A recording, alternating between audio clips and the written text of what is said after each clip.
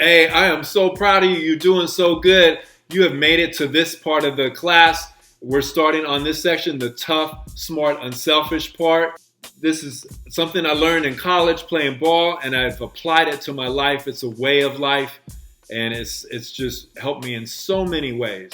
So tough, smart, unselfish. Let's start with the tough part. And it's probably not what you thought I was going to say, but yeah, we do need to be tough physically in sports. It's a big part of it, duh, right? But to be physically tough, you have to be mentally tough. And that requires mental wellness skills and the kind of mental wellness skills that transfer to other areas of your life. Because guess what? Life is tough. Math is hard. Academics are hard. They're tough. So the same skills that you use to make it through that last sprint, the same mental skills that you use to tough it out when your muscles are trying to tell you not to, those are the same skills to tough it out to do an extra half hour of homework, or to read that chapter that you need to do, or to form that study group. Come on, man. We can do this. We can do this. So here we go. This is a skill that we need to learn. It's the can't wait skill.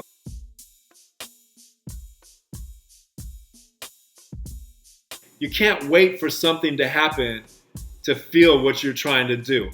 Meaning, you can't wait for a championship to feel like a champion. You cannot wait to feel motivated to be motivated. You can't wait for something to make you happy to be happy. And you cannot wait for someone to notice you before you start working hard. So stop waiting, start doing. You're happy. You have stuff. That's what gratitude does. That was that morning routine. We're going to talk about it again right now. So how do you get to this point where you're not always waiting for stuff to happen? How do you get to this point where you're not needing external things to get you doing what you should be doing anyway, or feeling the way that you deserve to be feeling, right? So these are 4 items, 4 ways, 4 mental wellness life skills that you can use to really help you. Visualization, I kind of talked about it before, but I'm going to really talk about it now.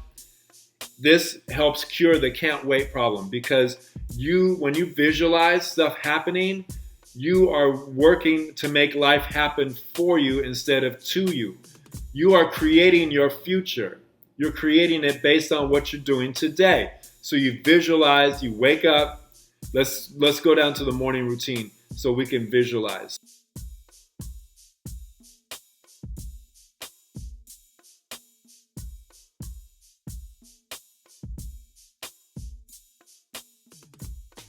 Remember, morning routine, you wake up 10 minutes early or more, and you use that. You start with gratitude. You write down, what are you grateful for? Put it in the notes section of your phone. Start a journal, whatever.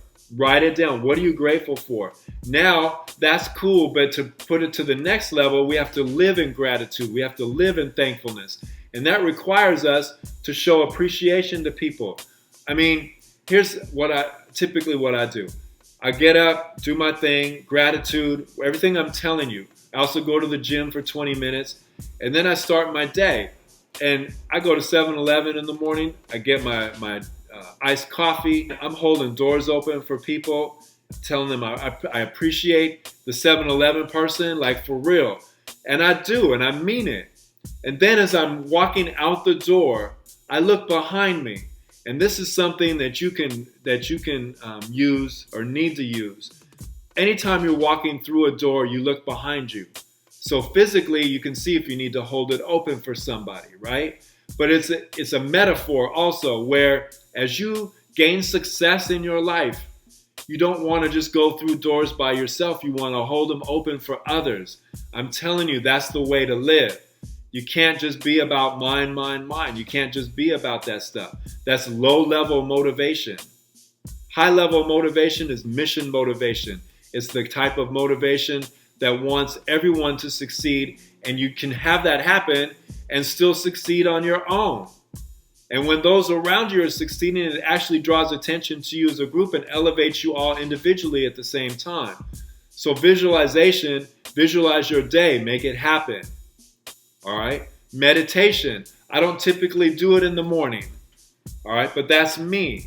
A lot of people do because it gets their mind centered. It gets their mind calm.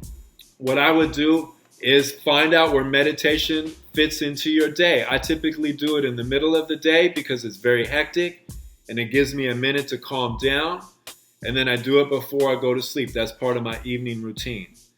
All of these things, as you notice, do not have anything to do with social media or your phone or the internet or whatever. That's because that stuff is taking up a giant amount of your time along with video games. So to be tough, we need to do this stuff. All right, there's another technique called progressive muscle relaxation. YouTube search it. There are videos, and it's basically teaching your body how to tense up and then teaching it how to relax. Because in the course of a game or a match or an event, whatever, you have to learn how to relax your body.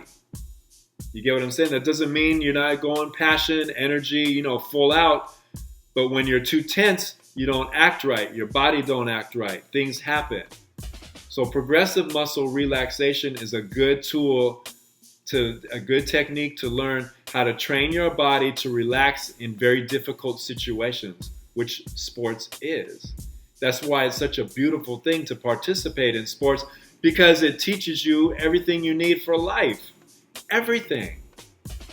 All right, so that's tough right there. So meditation, I want to show you videos. This is more about Phil Jackson getting the most out of his teams and teaching the most elite athletes in the world that meditation is an important part of our life. I never couched it in Zen stuff. I approached it with mindfulness. Mindfulness, yes. So we talked about mindfulness as being, as much as we pump iron and we run to build our strength up, we need to build our mental strength up.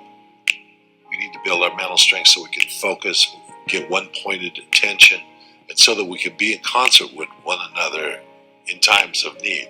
When you come off the court, you had a bad call, things going wrong for you, you sit on the bench, you take a breath, and you reset yourself. You reset yourself. And you do that through this mindfulness. You just come right back in and collect yourself.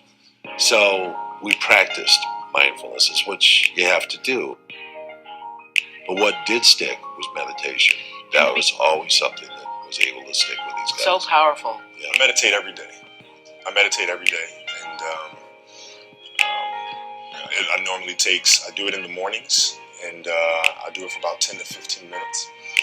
And I think it's important because it sets me up for the rest of the day. So you would literally have the guy sit in stillness, That's right. meditating. That's right. Taught them how to hold their hands, where their shoulders had to be, the whole process of being in upright situations so that you're not slouched and you're not going to fall asleep. And they bought into it.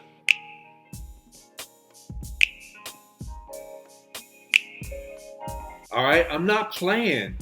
This stuff is so important, and we refuse to teach you guys this stuff, and I don't know why, but it's past time that every athlete in this country learns these mental wellness skills, because you're already leaders, but that's mostly because of sports, just the allure of sports. But to be I live in Inglewood, and I've been living in Inglewood since '09, so you're going to hear planes and sirens and stuff. I love Inglewood. It's one of the most favorite places I've ever lived.